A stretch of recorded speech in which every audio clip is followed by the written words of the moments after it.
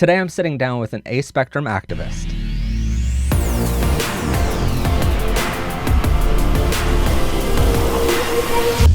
Welcome everyone to Powered by Rainbows. I'm of course your host, Professor Pride. And on today's show, we have Marshall John Blount on the show talking about the A-spectrum and all different advice on that if you are interested in learning more. So we're going to get to that interview in just a second, but first off, don't forget to like this video, comment down below your LGBTQ friendly thoughts, hit that rainbow subscribe button, and share this video with others. So Marshall, can you introduce yourself and your pronouns as well? Hey y'all, my name is Marshall John Blount. I am an asexual activist out of Erie, Pennsylvania. My pronouns are he, him, and his, and I am a board member of Asexual Outreach, and I am also an ace YouTuber. Awesome. Well, with the organization that you work for, the A-spectrum organization, what sort of initiatives do you have with that organization, and how can we help with that? We are definitely about outreach, basically making sure that ace communities across the United States and Canada are connected. Anyone can donate by visiting the website acesandarrows.org. You go to the bottom of the website and the option will be there. And also, it's a great place to get information about asexuality and also connecting with the community across the country. Awesome. Well, can you tell us more about the A-spectrum and what some orientations are on that and what exactly falls into that? And I know a lot of people get confused here between all these terms like gray, sexual, demi, and all these terms. So can you maybe explain what they all are and what are some of the differences there? Someone who's asexual is someone who has little to absent sexual attraction towards other people. Asexuality is also a spectrum, which we can also call the umbrella, the ace umbrella. Under that umbrella is gray ace and demisexuality. And so with gray ace and demisexuality, that's going to confuse a lot of people, I know. Mm-hmm. And so the terms that we have, they make it easy for us to explain things to each other, but can you maybe explain what the differences are between those two as well? Demisexual, someone who's demisexual is someone who doesn't have sexual attraction towards other people until they form a emotional attachment to that particular person. Whereas gray ace is someone who doesn't strictly identify with being, let's just say, strictly asexual, but they're somewhere in the gray area between sexual and asexual. Okay, that makes perfect sense. It's a great way to describe it. Now, with it, we got a ton of viewer questions, over 1,500 comments and questions from our amazing audience out there. So thank you. And if you asked, we're going to combine a lot of different questions here. There's a lot to go over. It would be a long interview if we had to do all 1,500. But let's start off with how you first know that you're on the A spectrum, and what are some early signs that people can look out for, and maybe some early signs that you've seen in your life? It's definitely a individual experience with the community. I know for me, it was experiences throughout my teens, where like some of my friends will be interested in certain things that I wouldn't be. Where there's some, it was definitely a journey through my teens, especially before coming out, because I didn't even know what asexuality was. It definitely would have helped if I knew way earlier. And with that, I mean, I think where we start with, a lot of people assume that the LGBTQIA in general, comes out later in life. So is it the same for asexuals and aromantic people where they come out in their 20s normally, or is it a little bit earlier or a little bit later? Like, what's the difference there between maybe the gay community and asexual and aromantic? I think in terms of, let's just say some people don't have access to resources or information on, like for instance, online about asexuality. Some people may come across it in an article or on a website. For me, it was having my sister-in-law, if watching Deja, hey, but it was definitely her sending me um, a link to a organization. I forgot what it was, but where it gave me the definition of asexuality, and it was kind of like, yes, that's definitely who I am. I was in my early 20s. Some people who come out as ace, some um, come out later in life in their like 50s, 40s, um, 60s, and so on. And some people come out in their teens, in their early teens. But it's it's one of the main reasons why I think it's important to have a education out there, so people can know what it is. It's very important to have resources out there for people to have access to. So, with the education, obviously, one of the things, one of the major things we've seen through our more popular episodes on the channel have been just an abundance of people who come across these definitions, like you said, and all of a sudden know that's me, you know, Mm-hmm. and that definition perfectly describes who I am and who I love. And so, I'm fully behind the education. And so one of the things the education sector might have the first question of as well, how early in the process do you think that education can start for a spectrum people, of teaching people what the A spectrum is all about, and what are some of the things that we can teach first in our education sector? In my opinion, they're early, um, just to have access to the information at an early age, and so people can like just sit on it and process it, and to see where their journey takes them later on in life. I think it's very vital to have information out there um, in the education system early. It would have been, again, personal experience. It would have been fantastic for me to know at 11, 12, 13, especially my preteen years, um, because that was the point where I was personally questioning my sexuality. Like, I'm not like the kids around me. Um, what am I? I know I'm not gay. I know I'm not straight. I know I'm not bi. So it's definitely important to uh, have it in the education system early on. And I think a lot of people who tend to freak out about it are people who think that in order to talk about LGBTQIA plus I should say information in school, it has to be about like all sex or something. Which there's nothing wrong with learning about sex, but um, however, this uh, how do I explain it? Like a lot of heteronormative people, if um, I'm saying it right, they had this idea it's all our history encompasses, which is not true. Um, there's a lot of history in our community that we should be able to teach kids. I know one of the major things for me being a gay demisexual myself, like we always see these fascinating things later in life now that we're Yes, researching it for the show of, George Washington was bisexual. He had yes, a chief of staff that was gay, and all these instances of so many people in our history from back in the Roman times to now, there's just so much representation that was taken out of our history lessons or literature yes, classes. Like,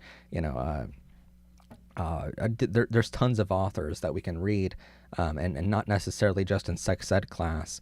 yeah. I'm fully behind that, and a lot of times I see that too. Of you start talking about education, and people think, well, you're trying to just shove down gay sex into Yeah, our kids, and it's like, yeah, uh, there's a it's lot kind of more. like it's kind of like it's for growing up in a school. Luckily, I was homeschooled, so um I had the privilege of not having that experience all the way. But I do know after going to school and hearing from other people's experiences that uh, that a lot of people are like, why do I teach our kids that? But meanwhile, we get taught Jack and Jill. Hmm. which is kind of like definitely school is definitely hetero focused. And so I guess kind of moving right along with that to not to take away from the education topic, No, it's but fine. to move on to our next real question.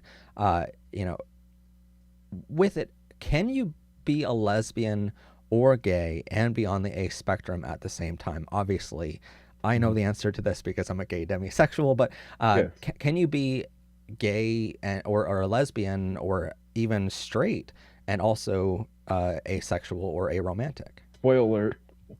Heck yes, you can. Yeah, it's definitely like it can definitely that's where I say intersectionality is the key word. Sometimes sexualities can intersect. Sometimes they do. Sometimes well, sometimes they do. Sometimes they don't. But it depends on again. It depends on the individual and wherever their journey takes them.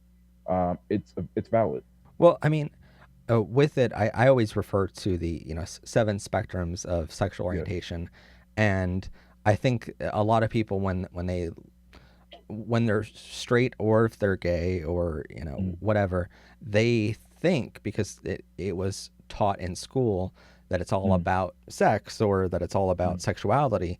They don't mm. realize there's different types of attraction, of emotional, Yes. aesthetic, and all these different spectrums that you can be attracted to. And so, can you maybe explain how someone who is aromantic or Mm. asexual can still can someone on the A spectrum still have relationships? Definitely. Again, it all goes down to who the individual is in the community. Um, it's definitely an experience, which I've never dated in my life, but from what I've heard in the community, it's definitely an interesting experience. Um, a lot of people think it's all like doom and gloom in regards to asexuality and dating, when it's not. There are people who go on to get married and even have a family, while a lot of us just don't want to, which both are valid. And we definitely did see a lot of questions about getting married and dating, which we will get to a little bit later in the interview. But I mean, I think it's important to note here as well. So I appreciate Mhm. bringing that up. Um, Yeah. uh, Sort of like a lot of the questions in this in the comments have been over the coming out experience, and so Mhm. can you maybe offer some coming out advice of maybe some different advice compared to myself coming out as gay Mhm. for specific for the A spectrum sexualities and orientations there of how should people come out on the A spectrum to their Mhm. family and friends, and how will they tell them that they will have a partner in the future in a way that maybe people won't understand? Um, my advice would be that it's your journey. Whenever you feel safe coming out, it's totally up to you. Um, I think a lot of people, there's some people in the community that feel pressured to come out. And my advice to them would be, it's when you feel like your time is.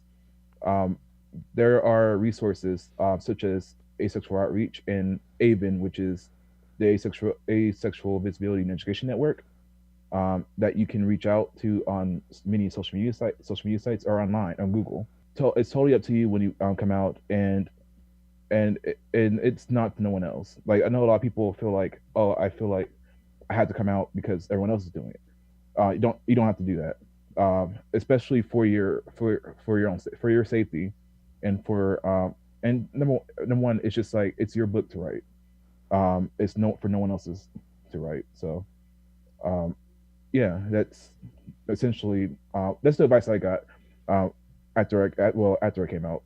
That it's totally up to you when you come out. It's just as long as you feel safe doing it, and especially and come out to someone. If you do come out to someone that you could trust 110%. And when someone comes out, I mean, it's certainly different to come out to, like, for instance, when I came out to a bunch of my straight family members, explaining to them that it's just simply I love someone different. That's a Yeah. lot easier, I think, a lot of times than coming out as on the ace spectrum, where you're having to explain, not only do I not love who you think I do in this heterosexual norm world we live in, but Mm. I don't necessarily want a relationship with anyone. So how do you deal with that in your family and friends group, of having to explain something so different than what they're used to? For those of us in the community that um, who don't want to who don't want to have a relationship, sometimes it's like, I mean, if they're not being, let's just say, malice about it, if the people around us are not being malice about it, I think it's definitely okay to explain about who we are, but at the same time, you're not obligated to. Like I said, there are resources that are to be had on online, such as acesandarrows.com, .org, and Avon. In a way, I'm both about not everyone in the community are activists.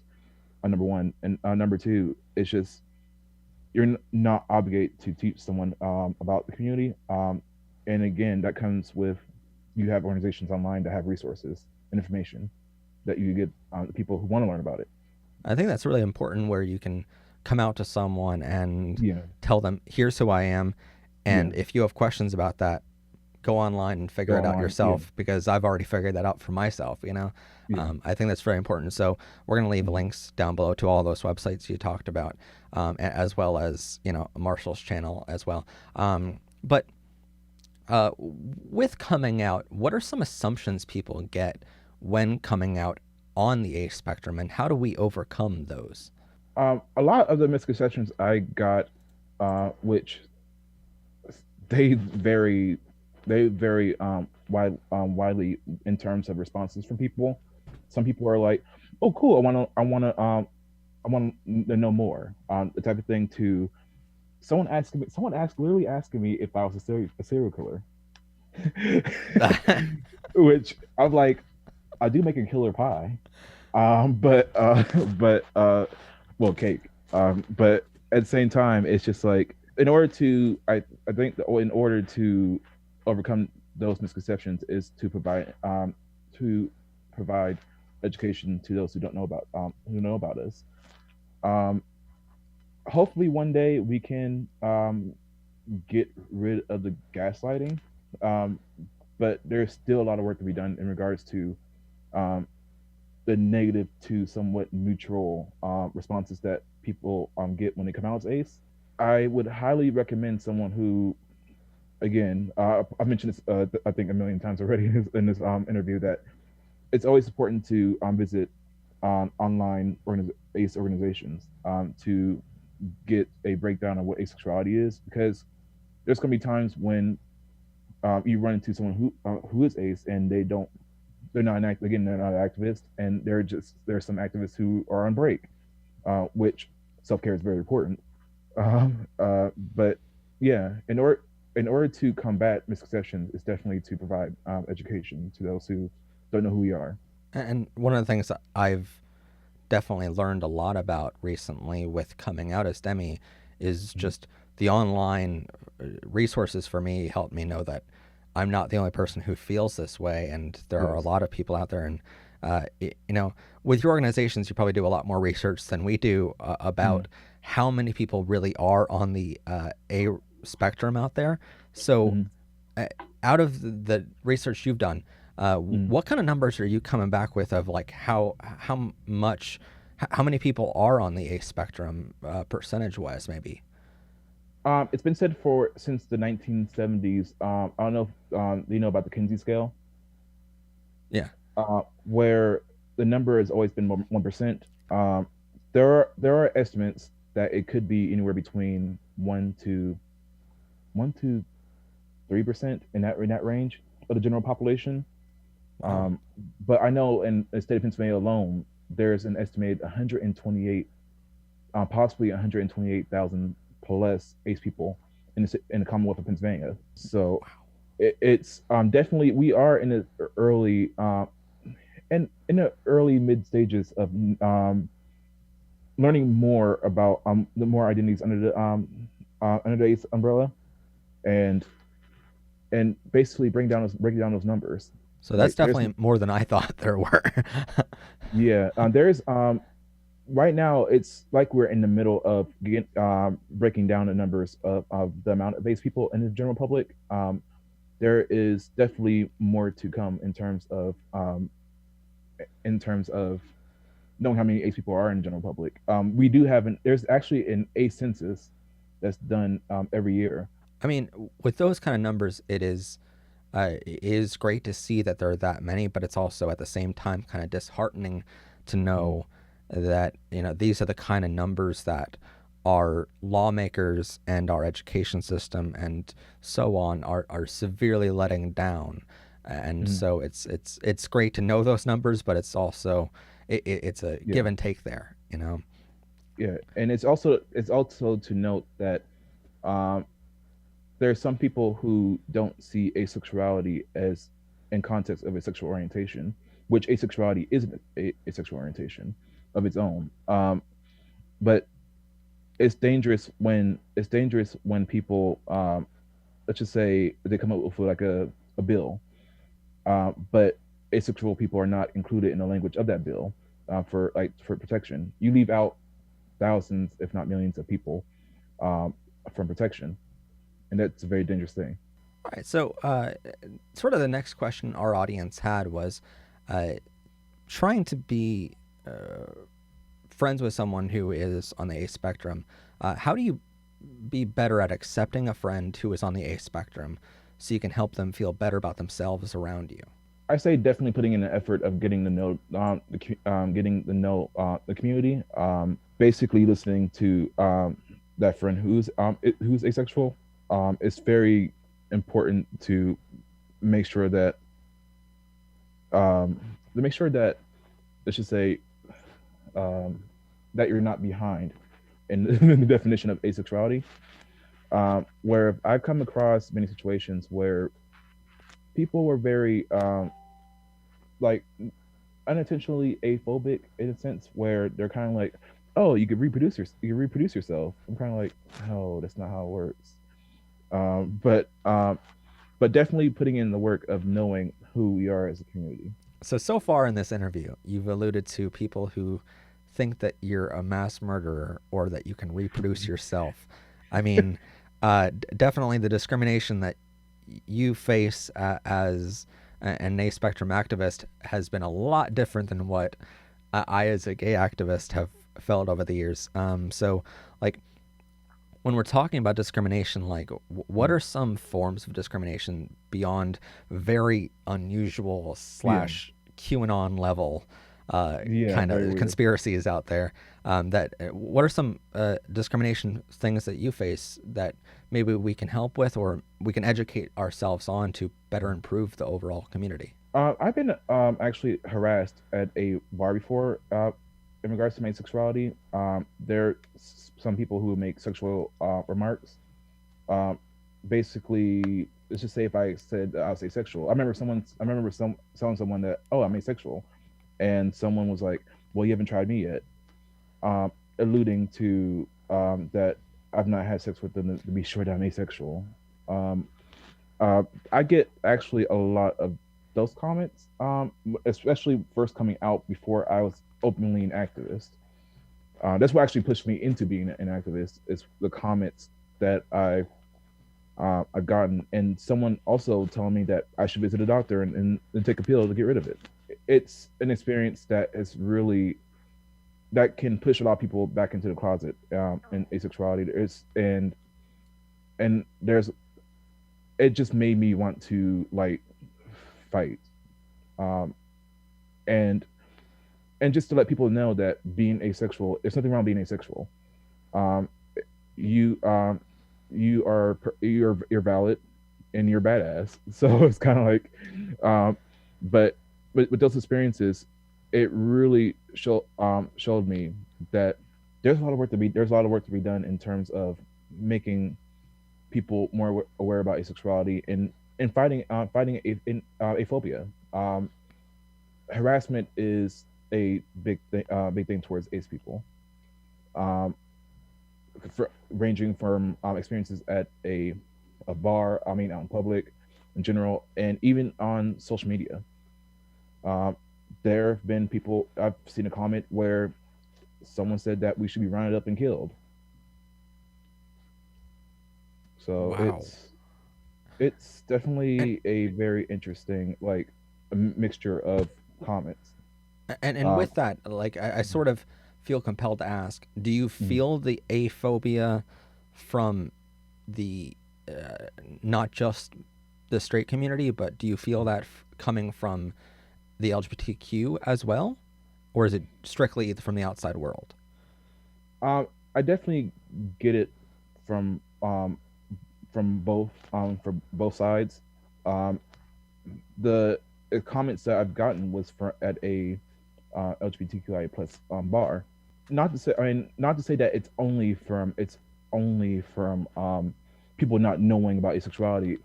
I think when people say those comments, it's beyond. It's number one, it's disgusting. Um, Number two, it feels like there's like a fear of someone different from who you are. Like they can't wrap their head around that um, that there's someone out there that is just not sexually attracted to someone. But I think the scary thing in my opinion is the fact that um, there's people actually out there who think that even though if they said that it was a joke, which that's to me that was not a joke at all. That to think that someone could actually erase my asexuality by a sex act, it's violent in a way.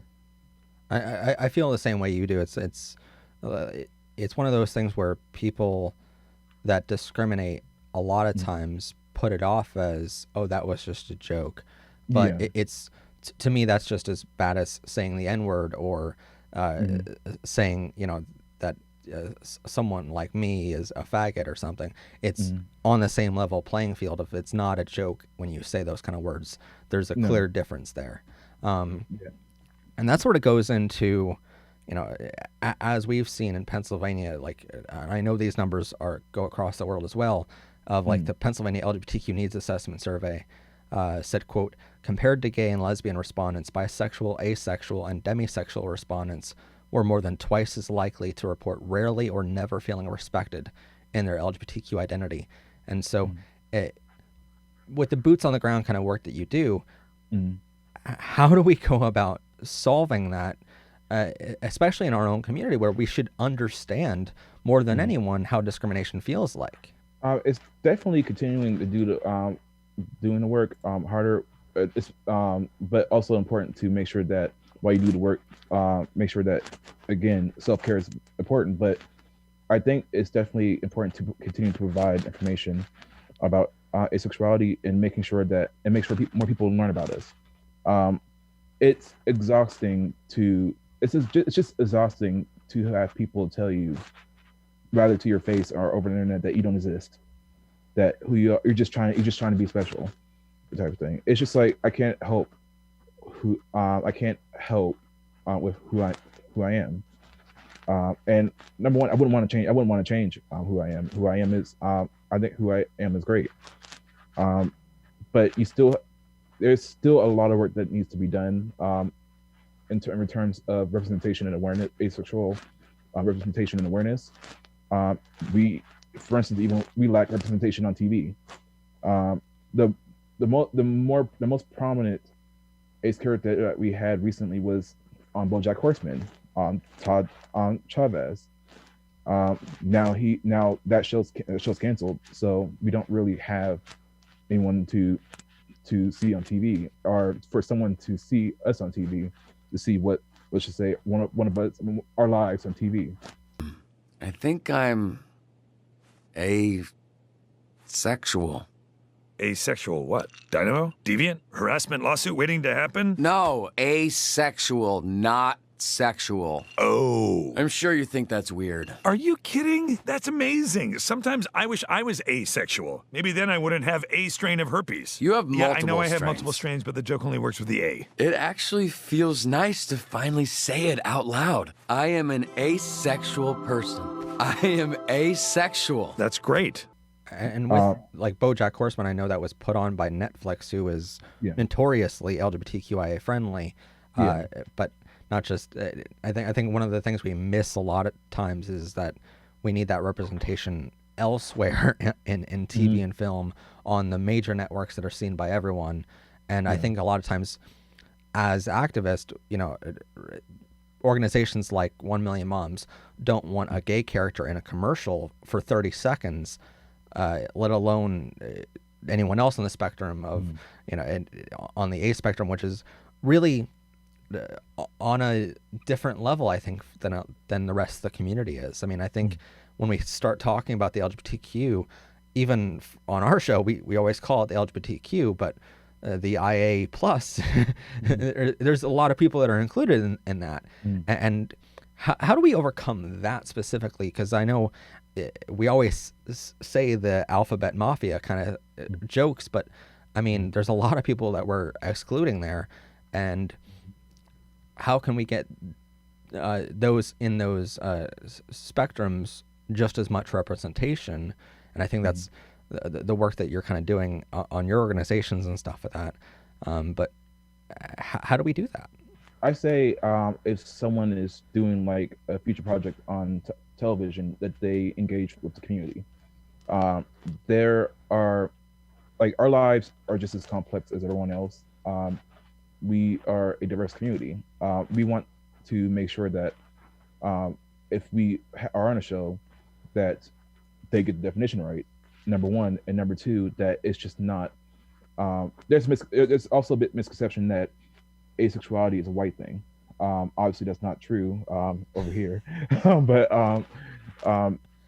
but we want to make sure that once we do get the representation and awareness on TV, that it's shown in a diverse light. While Todd Chavez was a great source of representation, that only just scratched the surface of our community.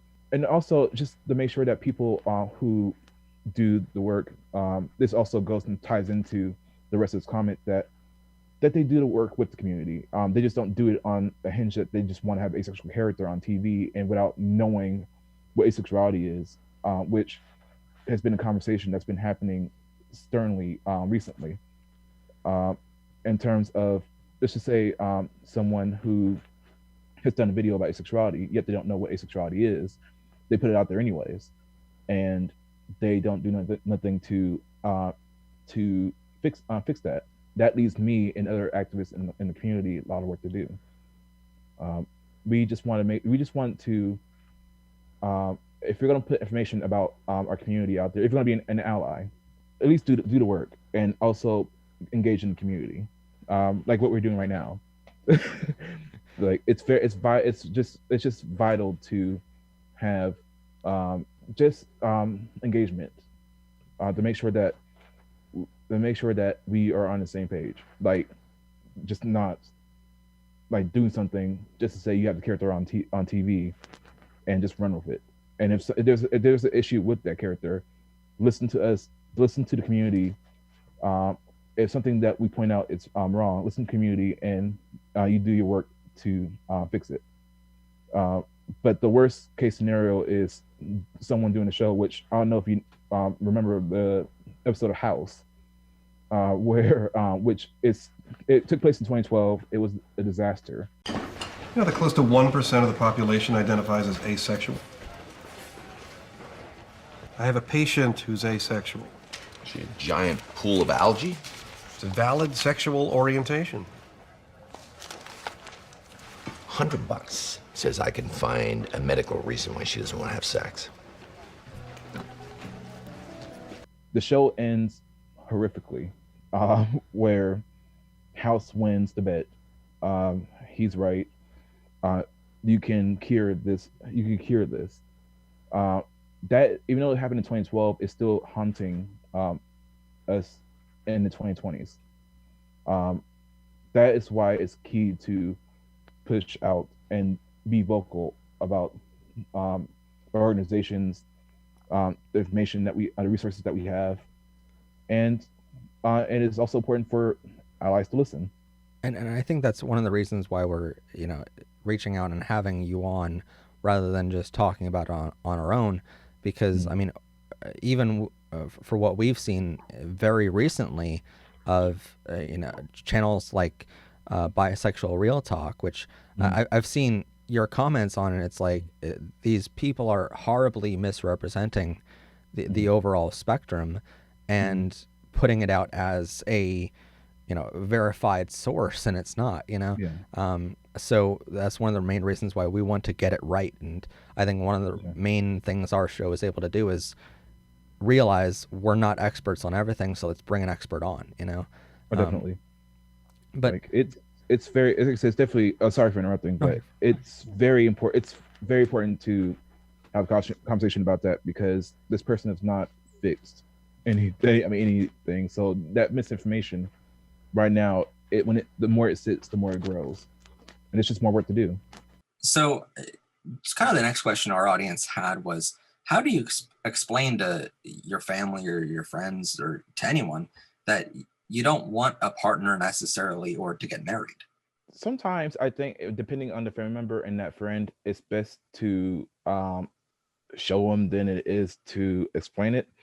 There's just some family members who are just set in their ways, and they're, no matter how many times you explain to them, they're going to kind of assume that there is something wrong. But at the same time, the ones that do want to learn about your identity, it's definitely important to have a conversation with them. And also, if you don't feel like doing that, link them resources to explain the dynamics between asexuality and relationships. And so you definitely think there is a way to explain on an individual level of that you don't want to get married. You definitely think that is possible without a whole bunch of aphobia and in response to it. For my personal experience, it's definitely been a mixed bag in terms of that journey, with explaining my asexuality and my thoughts of relationships, where some people are like, oh, okay, that's cool, and there's some people who are like, oh, you would change your mind one day. But it feeds into aphobia, where that person just doesn't think that we exist. That'll go away soon. That'll go away soon when you see the right person, which, that's my favorite line. You meet the right one day. So, I mean, with aphobia, there was a lot of questions about that general topic. So one of the major ones was, how do you deal with aphobia and people who don't believe people can be on the ace spectrum? And I think we already covered that a little bit. But one of the things we don't really think about is, the phobia we have towards ourselves sometimes. So how do we, first off, foresee aphobia and internalized aphobia, and how do we fix that internalized aphobia? If someone's watching this right now and if they have internalized aphobia, I just want to say to them that who you are is valid. There's nothing wrong with being ace. There are a community of people out here that will they'll definitely take you in. In a way, it's because it's something I didn't personally experience myself. Because at first, when I was actually curious to find out what I was, even before I knew what the definition of asexuality. I wasn't particularly irritated by it or self-hated because of that. But to the person that does deal with that, I would definitely tell them that who you are, there's nothing wrong. You're not broken. There's just nothing wrong with being ace. And I think one of the major contributors to that is definitely the media. And so yes. I think the next logical question a lot of people would have out there, and one of our viewers did have, was, how do you deal with so much allosexual media out there? And for those wondering, allosexual means, just a very sexualized form of media that everyone needs a sexual relationship. It's something that you definitely can avoid because this society is hetero-focused. It's very allo-focused. navigating that space, and well, this space, is definitely a very interesting journey. Sometimes I go out my way to find ace content on TV, read read ace material. Again, it goes to the fact that we just need more representation on television and different and in different media forms. Which the good thing is there are a growing number of future projects within the community that is geared towards that. But hopefully, this decade will see a growth in ace representation on TV and media. So you mentioned that you seek out, Mm. a spectrum books and media.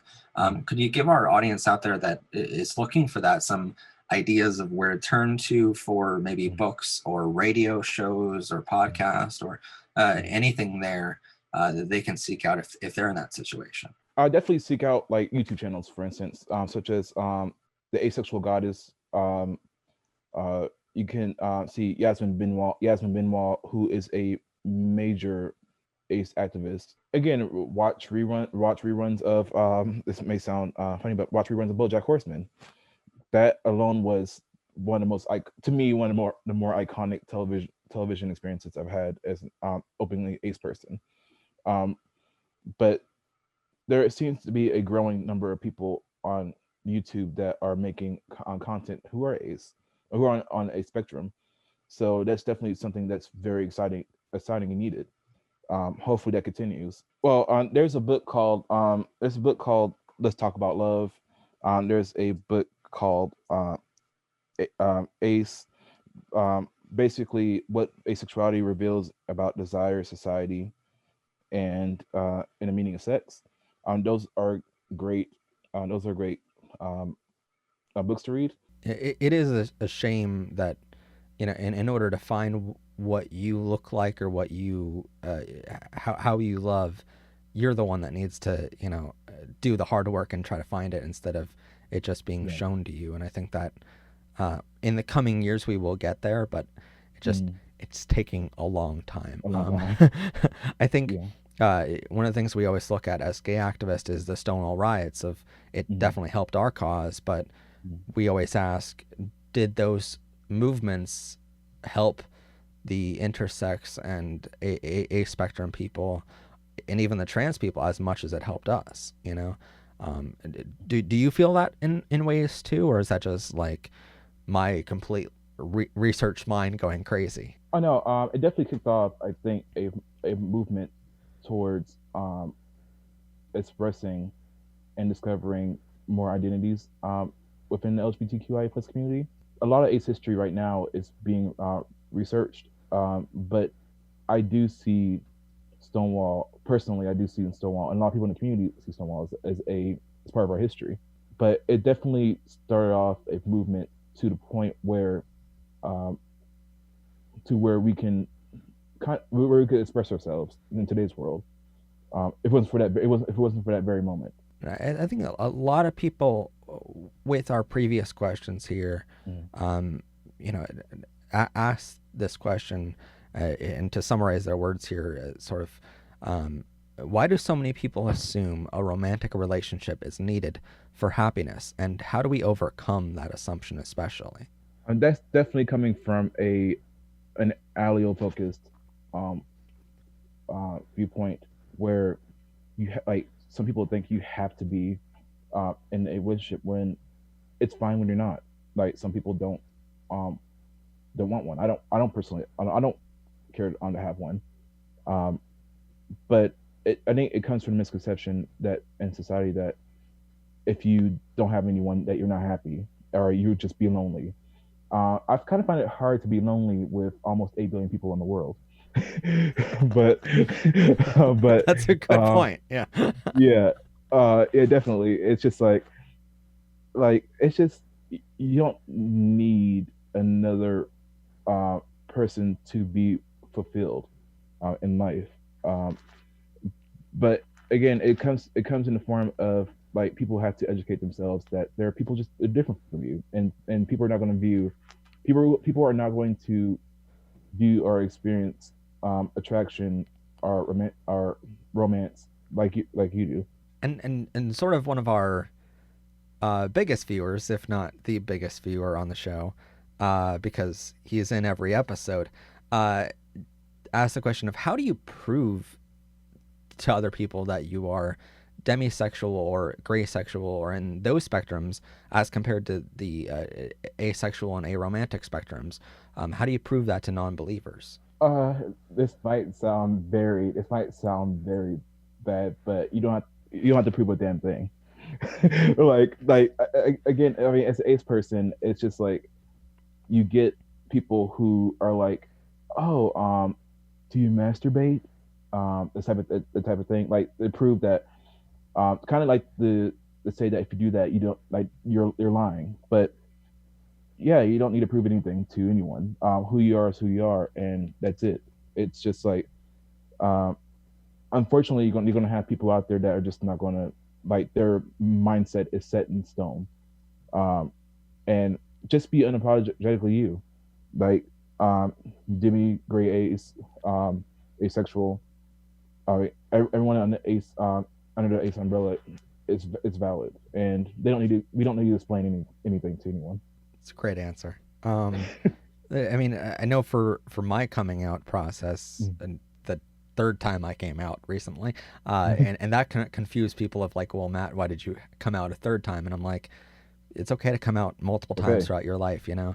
Well, coming out is more of it's more of a journey than a moment, really. For me, I was very confused as to like, well, I feel this way about boys and or men, and I want these relationships, and there's that sexual attraction first, but then that doesn't go anywhere initially, and I don't want the hookups, and you know, it builds over time, and then I'm like, oh, there's a word for that, and so I think for a lot of people, the coming out happens multiple times because you finally realize, wait, there's a word for what I am. You know, it's you always your orientation never changes. It's just, or for most people, it doesn't change. Certainly, there are people that it's a spectrum that's always evolving. You know, but for me, it was like it's always the same, and I just found a word to describe that now. So it's definitely been a very helpful thing to learn more about the A spectrum, and to realize that there are 100,000 of us in Pennsylvania, and I'm far from alone, you know? Like, it's like, I always tell people it's okay to be, like I said, it's okay. It's definitely okay to be unapologetically yourself. And if you're fluid, and that's totally 1000% valid. Like you don't just have to be on one part of the spectrum. It can flow like the Great Lakes. So one of the next questions we had was something that we alluded to earlier about dating advice. Can you give any advice for someone who is on the A spectrum on dating? Is it possible to have a relationship with someone who is not on the A spectrum, or should someone on the A spectrum try to find someone else who is on that same spectrum as well? You could definitely have a successful relationship with someone who's not ace when you're ace. There are plenty of people who do. It boils down to who that person is, and it's about having that conversation with that person about their set boundaries, what do they want out of that relationship, and basically making sure those boundaries are not overstepped. There's been many people who've gone on dates and not to say that they're disappointed, but that the person would not date them as a result of them being asexual. In that case, I could say is you dodged the bullet in a way. It's best to be with someone who respects you for who you are, and they don't attempt to change you. Do you find it easier to be with someone, like if you're on the A spectrum and you want to date, do you find it easier to find or to be in a relationship with someone that is in the spectrum because they already understand that, or is it just as easy trying to date outside? Because I don't date, that I think that's just definitely a question that's best suited for someone that has gone through this experience. However, I do think, like, I personally will feel more if I, let's just say, if I do date, that I would want to be with someone who's also ace because of the understanding part. But then again, that's just me. Um, it will vary from person to person in the community. So one of the other questions that we had from someone was pertaining to something called a queer platonic relationship, and it's abbreviated as a QPR sometimes.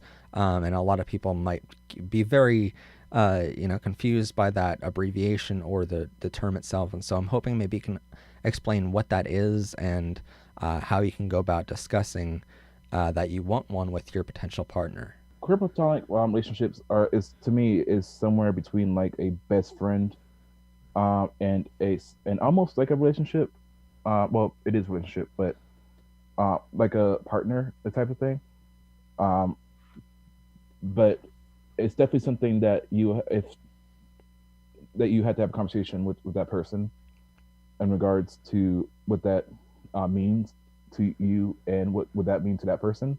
So, one of the last questions that I have from the viewers um, is, I think, a very important one, because a lot of times, like I said, we talk about the LGBTQ, but we leave out the IA plus, and so even at Pride events that we go to all the time, um, and Pride events that we showcase here on our channel, of we show off the LGBTQ, but there's really not a moment or an activist on stage talking about the A spectrum. There's really no moment for them, or a booth even sometimes for them. So what are some of the ways that we can celebrate your pride on the A spectrum without being out of the closet yet? Or once you're out of the closet, how do you celebrate your pride? By personal experience, before coming out, I to celebrate, let's just say, my pride of my sexuality, I would wear like not buttons, but well, I actually wore a patch out in public before I came out to my family. Like a very small, like a I wouldn't say small. It was actually kind of bold. I wouldn't recommend it to someone who wants to to stay in public, because someone could have seen it from a distance. That's how big my patch was. But um, I would definitely wear like purple, eat a piece of cake, like celebrate with cake. That is definitely a symbol in the community.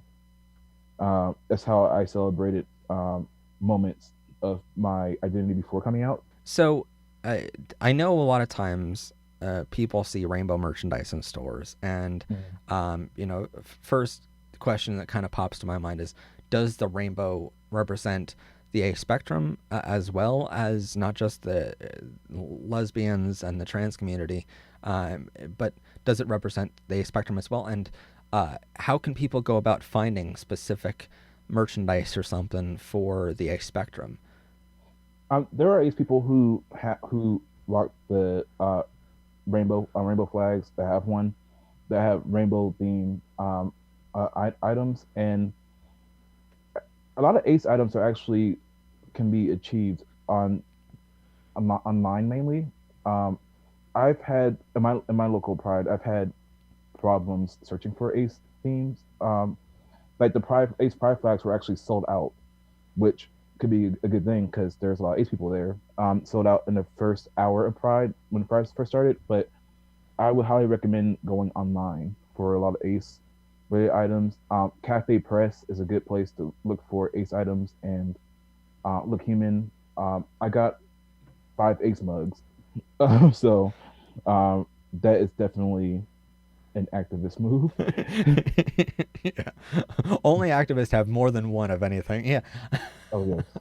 I mean, you mentioned pride. Like a lot of prides that I've been to and that we've seen in our research over the years, there's a lot of focus at these prides for, bisexuals and gays and lesbians, because we make up a majority of the community. So it kind of makes sense in a way. And there's a not so insignificant portion that's dedicated to transgender people, because again, they make up 5% of our community. But do you think it's important to have either an A spectrum like corner to a pride event, or an A spectrum like hour of a Pride event? Like, is it something where a Pride event can improve their ability to be equal and to represent all of us by having a space or a time cut out just for a spectrum? I think it is important to make sure that like all the communities are represented at Pride. I think a, a big failure is not having any representation of a particular community on the acronym. I think it is important to have a booth where organizations can set up and they can get themselves out there and um, and to show that our community, exists. And I think it also depends on which Pride event you go to. Some Pride events are very small. Some Pride events are visited by millions of people. I think ace people will have a better time going to a bigger city for like ace related items, for instance, to be found at Pride, and even a booth. I think it's definitely very important to have um, make sure that things are expanded into smaller Pride events, that we have a presence at these events, because there are a lot of ace people in rural areas, in smaller cities and towns.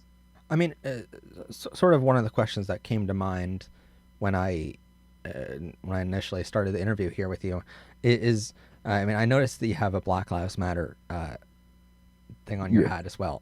So, I mean, it's wonderful to represent as well, and I know that you kind of work in that activism as well. So I know this past year we've seen a lot of Black Lives Matter protests around the United States, especially, and to be honest, it was beautiful to see that they went around the world in protest of the police brutality, and with that, I sort of, it comes to me, for many years we've been side by side with Black Lives Matter protesters, whether or not they were called Black Lives Matter yet. We've sort of been grouped together with each other, fighting for the same kind of legislation. And so do you see one kind of advancing faster than the other? And, how do they compare in your eyes? I think a lot of people became involved over the summer. 2020 has definitely been a roller coaster, to say the least. I've noticed a lot of people have gotten involved in the Black Lives Matter movement, and I've noticed a lot of intersectionality within the Black Lives Matter movement. So it's definitely something that I was proud to see, that people of many of different backgrounds were coming together to protest for Black lives. I think in the community we need to have more conversations in regards to race. I feel like, like I mentioned earlier in this interview, that there's misconception that for instance, that asexuality is a white thing. Often, a lot of Black asexual voices are left out or ignored, or people try to silence us. But it's something, I think, is something that's, I think because of what happened last year, the conversation is definitely being had, but it needs to continue. Like, it shouldn't die down. We gotta have these conversations, because intersectionality is very, very important, and in order to have an understanding of everyone in the community, you have to have a conversation of the intersectionality of race and sexual orientation, religion, etc. And what are some possible ways that I know over the years, like I said, the two communities have been just intertwined with each other. But how can we, begin to help each other beyond the conversations we have amongst each other? Like, the LGBTQ could help the Black Lives Matter movement a whole lot more, and vice versa. I truly believe together we can make great accomplishments. I mean, we look at the past year's election, and regardless of your feelings on who should have won the presidential election, I mean, in Pennsylvania, we saw numbers that Black activists and as well as LGBTQ are the sole reason or the main reason why the Democratic nominee won the presidential election in Pennsylvania. So we've seen the power that we have when we do work together, but maybe you can offer some ways we can go from here of how we can help each other in the future this year. I mean, I know this interview is going to air in Black History Month in America. And so it's really important that we remember not just the A spectrum, but remember that this is also Black History Month. Yes. I think it's important that people amplify Black voices and Black activism, and simply don't forget us. Like, a lot of our work gets lost in silence because it's often whitewashed or forgotten. And I think it's also important that people continue to stand with us. Like, don't get comfortable. Like, don't get comfortable and be like, oh, it's over, it's done. We live in a world where, to be honest, the work is never going to be done. It's always going to be someone out there that is going to try to erase who we are and try to erase our work and try to modify that work. But it's always important to make sure that people listen to Black voices. Don't stand in the way or interrupt. Donate to our causes. It's and also just listen to us. We have experiences that could teach teach the world. Teach the world. But however, you do have people who would just would rather do this and just continue to think that everything's okay, and it's not. Like, if it wasn't for instance, Stacey Abrams, this election would have been a different outcome if she was not here. I know a lot of people, even in the community, think that they can just sign a petition or go to a protest once and they think racism is over or homophobia is over, and it's an ongoing fight no matter what we do. And sadly, that's one of the reasons why we need people like as much as I love the activism that people do out there. It's sad that we need activism at all for basic human rights. We think that Black people now have the right to vote and not be slaves anymore, but that is long from over. And so why would you think that homophobia, transphobia, and aphobia are over just because we have the right to be out of prison too? Just because you reach a certain stage and acceptance does not particularly mean that everyone is going to be safe in that space. I got asked, for instance, when am I going to quit ace activism? My answer to that is never. It's as long as I have breath in my body and a heartbeat, I'm always going to be down for my community, because there's always going to be someone out there that's going to try to deliberately and actively come at us. But I think the thing that worries me the most is when you have people who it's more the people who just don't say anything, who are kind of you're just being too dramatic and stuff. Everything will be fine. My saying is history meet repeat meet history. It happens if in every turn of a book, no matter what decade you're in, no matter what century you're in. Unfortunately, because people let their guard down, and they also call out people who are actively trying to prevent something from happening again, sometimes the issue creeps back up to the point where it just boils over. The more research we do on it, the more we try to just wrap our heads around the fact of what are we researching? This is just basic human rights, and it's horrifying that we have to be activists and work this hard for something that everyone else is given in their God-given right, I've had negative experiences with a cop before, in regards to, I think one of it was being that I went to a country fair, which is a convenience store in Erie, and I just walked in, and the cop literally just asked me. I was like, I was in my late teens, early 20s. I was like maybe 18, 19. Um, and the cop literally asked me, where was I? I like mind you, I just got there to get a Slurpee with a friend or a pop, and like I was like, I'm in Lawrence Park, and this convenience store is in Wesleyville, which is a municipality right next door to each other. And he asked me, why were you in Lawrence Park? I'm thinking, I'm kind of like, what? Why is it relevant to me being here? Type of thing. Like, I just got here, and basically what happened was someone hid drugs in a urinal, and I'm kind of like, And they just supposed it was the African American person. the black kid that walked in with his friend to get a pop, and I'm sitting right there, and it was, to be honest, I wasn't afraid, but it's kind of like I expected it. Like I mean, it was kind of like you grew up ready for these moments. Like when you're black in this country, you just grew up ready for these moments.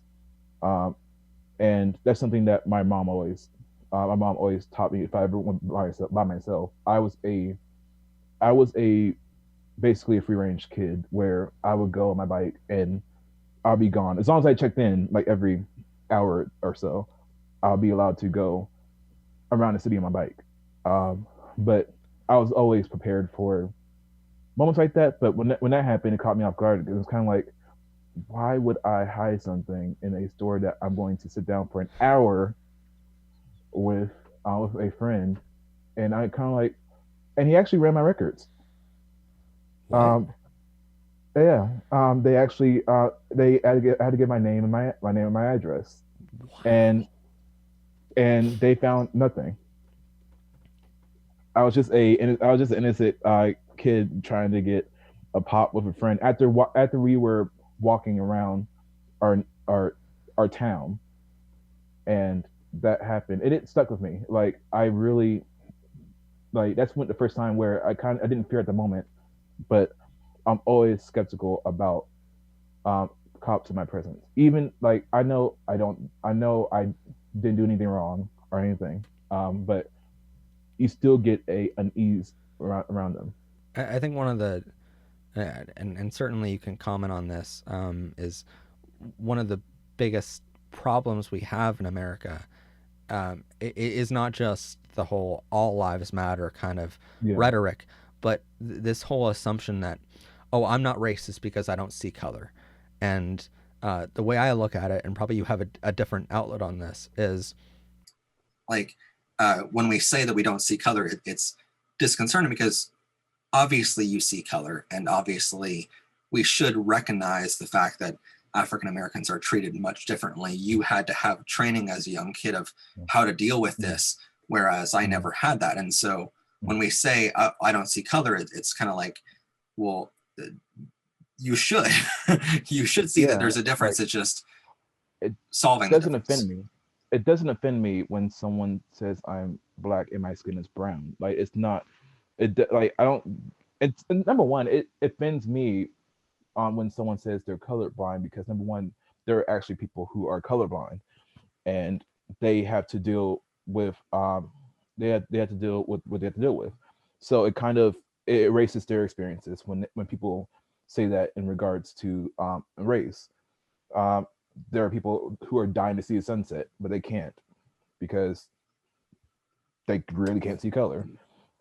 But when people say that in regards to race, I feel like they are just glossing over like my identity as a black person in this country.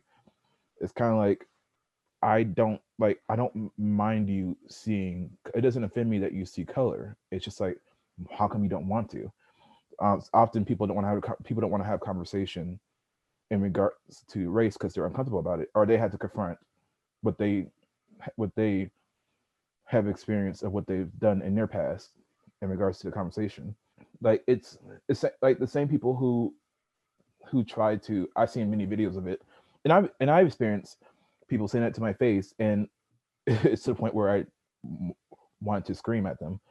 But they look foolish as it is when they were uh, like you're like a cultured black guy, or you are a you're not the N word, but you're black. There's a difference. And I'm kind of like, What? Yeah. don't you realize the history, like the history of that word and what it was used for? Mhm. And when you call someone within my community that, you're calling me that. Like it's like when you call that person an N word, you are to me you're referring to my brother. Like that's not cool. Like to me, that's not cool at all. And a lot of people, and I've gotten people who actually thought they were doing, like they were saying the right thing when they were saying that. And it's kind of like it just blows my mind. I never would have thought, being a kid, just before I entered kindergarten, that when I was starting to enter society, that's when really I kind of, well, first grade, I started to kind of get the experience of racism in a way, without being in the presence of my family. Um, but I would like it's just like just mind blowing of the comments I've come across, that again it just drives me to drink sometimes. And I don't mean it to be funny, but um, you just wouldn't believe what people will say out of their mouths, and they think that what they're saying it's normal, and it's not. I mean, with everything that's going on recently, I mean, obviously people can be watching this in the future, but with everything that is going on in the world right now, with the Capitol riots in the United States and other countries discriminating just as much against both African Americans, or I should say, Black people around the world, and as well as LGBTQI as well. Sort of, do you have hope right now that we are getting better and that we will get better? And how do you keep that hope?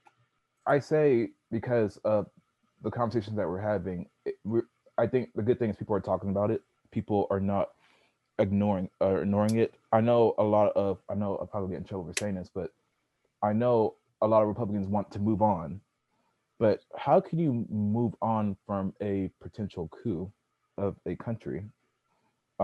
That's something you just don't move on. And it's something, and when it happened, it wasn't surprising, because people would go to any lengths to make sure that, again, Black and brown people don't have power in this country.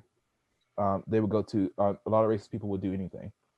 So what we saw, I think, from my personal perspective, what we saw, it's, while it's shocking to the system, it's not surprising.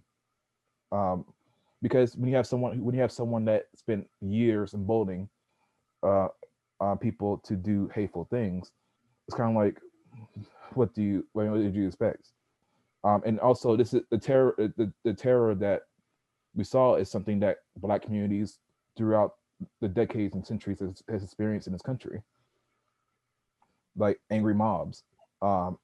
Like my granddad who came from Mississippi. He's seen things in the late 1940s and 50s. Not to say that it's similar to what happened on Capitol, but just to see the like the news that they had at the Capitol, and it was, The symbolism is real. Yeah. it was definitely, it was triggering. It was triggering, and it felt like, after my grandfather lived for 76 years, he recently passed, but I'm happy he got to see. I'm happy he got to see Asshat lose. He always wanted to see him lose, and he lost. Thank you, God, he got to see that. But it just feels like he came full circle in his life, in terms of what he saw back in his time as a kid. He was a sharecropper in Mississippi, to being a person living in Pennsylvania and seeing what happened in the Capitol. As a person witnessing him seeing that, it put a pit in my stomach. Like it made me ill in a way. Like all this time, and we've not moved far. Like a lot of people assume that we were going somewhere. It's kind of like for a lot of us, it's remained the same for years. And a lot what of people have saw seen, Barack Obama and they thought, yeah, oh, we're fine now. And then Donald Trump yeah, we're happened. fine. Like, oh my, the white lash. Yeah. I think one of the most terrifying parts, but truly one of the most telling parts of this whole incident was back in when the Capitol riot happened in the United States. Right afterwards, there were a lot of Republicans who came out and said, no, that was Black Lives Matter people.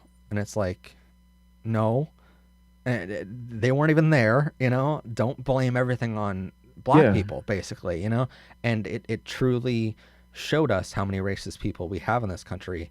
And I think one of the most alarming things we've seen was a quote from John Oliver for Last Week Tonight. The great news is we have 78 million people who voted against that, but the bad news is now we have to deal with the 70 million who voted for it. Yeah. And again, this is something like the racism, the bigotry, the discrimination is something that never stops. It never stops for us. And I hate, and as much as I am hopeful for the future, it's just I don't see it stopping anytime soon. So this past week, we asked our audience for any questions they have for an A-spectrum, which means aromantic and asexual activist that we were having coming on the show. They didn't specifically know about you yet, but we told them just in general, and sort of the reception we got back from them was, to be honest, a bunch of hate, because we told them that we're going to have you on in Aromantic Spectrum Awareness Week, and people started asking, how dare you put an asexual person on in Aromantic Spectrum Awareness Week, even though you work in the whole overall A spectrum in activism. And so I know there's this term of the ACE umbrella that covers both, but sort of maybe you can help me understand, because even I'm kind of confused on this a little bit of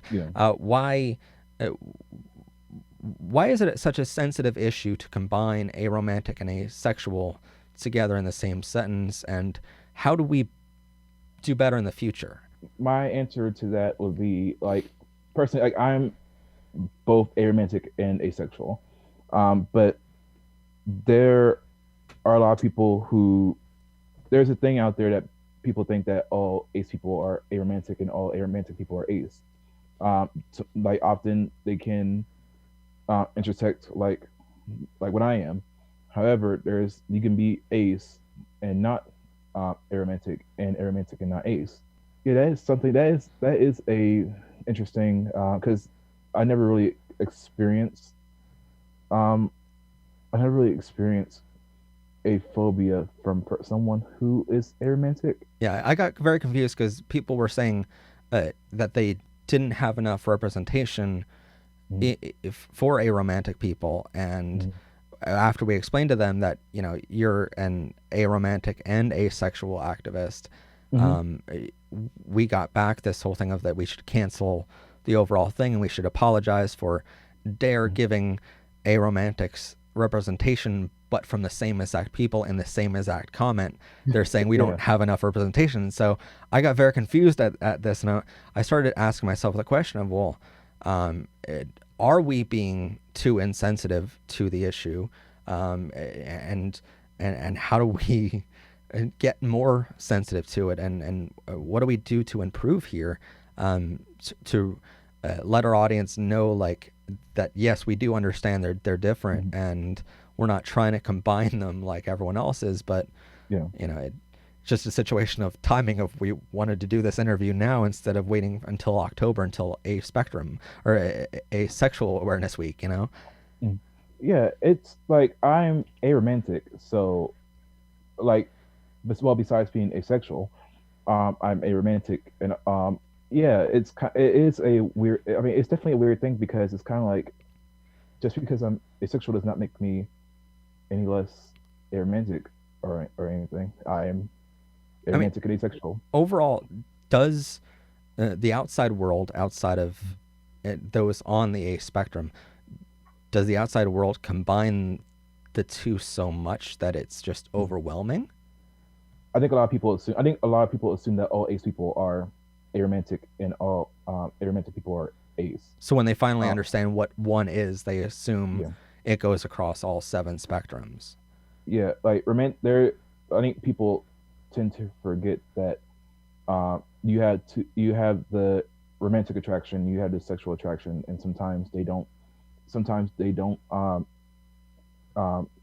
intersect, while sometimes they do. Like I'm aromantic and asexual. That's why it makes me scratch my head because it's like I'm aromantic, like the people who say, like the people you just said that are kind of like they want asexual, they want aromantic on this video, but I'm aromantic. I'm aromantic as well as asexual. But I know that every asexual person is not aromantic, and every aromantic person is not asexual. It just depends on the individual. Yeah, and I think probably you're a great person to have on the show, and that's one of the reasons I chose to have you on and to reach out to you is because, I mean, I knew that you work in both these spectrums and you also work in Black Lives Matter work. I think it was a perfect opportunity to have you on, and just very coincidental that, you know, a Romantic Spectrum Week happens in Black History Month. And, you know, certainly in October, we'll be sharing this video again during Asexual Awareness Week because it's just as important for the asexual community as well. So one final question for you. Is there anything that I didn't mention that you want to elaborate on or talk about? And you have as much time as you want to talk about it, by the way, but is there anything that I didn't cover? It's not just a question. I just want to tell everyone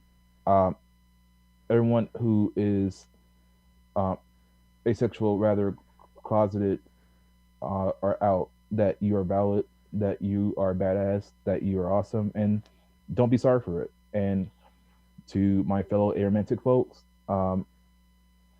same to you. You're badass, you're awesome, and I'm here to say that yes, I happen to be both, but everyone is not like me in the community. All right. Well, it has been an honor to have you on the show. I will leave a link down below to your channel, and that way everyone can go check out Marshall's channel. I know that some of our audience might have further questions for you about all the topics we discussed today. So if someone wanted to contact you, what's the best way to get a hold of you and to ask those questions? You can leave me a comment on my YouTube channel, Marshall John Blount, or you can follow me on Twitter at Gentle Giant Ace, which is also my activist name, which the handle is Ace Gentle. You can ask me questions there, and I can do a video for you, if a Q&A, if you have questions in the comments on YouTube or on Twitter. Awesome. Well, I mean, and all those links will be down below, by the way. Awesome handle of your Twitter channel, by the way. I do love that. And with that, I highly encourage all of our audience out there to go subscribe to him and check him out. There's a lot more asexual and aromantic and aspectrum stuff on his channel. I watched a lot of it, honestly. It's very, very educational. So go over and check it out. He has a lot of stuff there. Thank you for having me on, and it's definitely an honor to be talking with Professor Pride. So thank you so much to Marshall for coming on the show today, and please don't forget to check out his channel. Like this video, comment down below your LGBTQ friendly thoughts, hit that rainbow subscribe button so you don't miss out on new episodes of the show, and share this video with others. As always, I'm your host, Professor Pride. Have a great day, everyone. And bye for now. Still not enough rainbows? Click here to see more weekly episodes of Powered by Rainbows, Semester 4, only on MHP TV.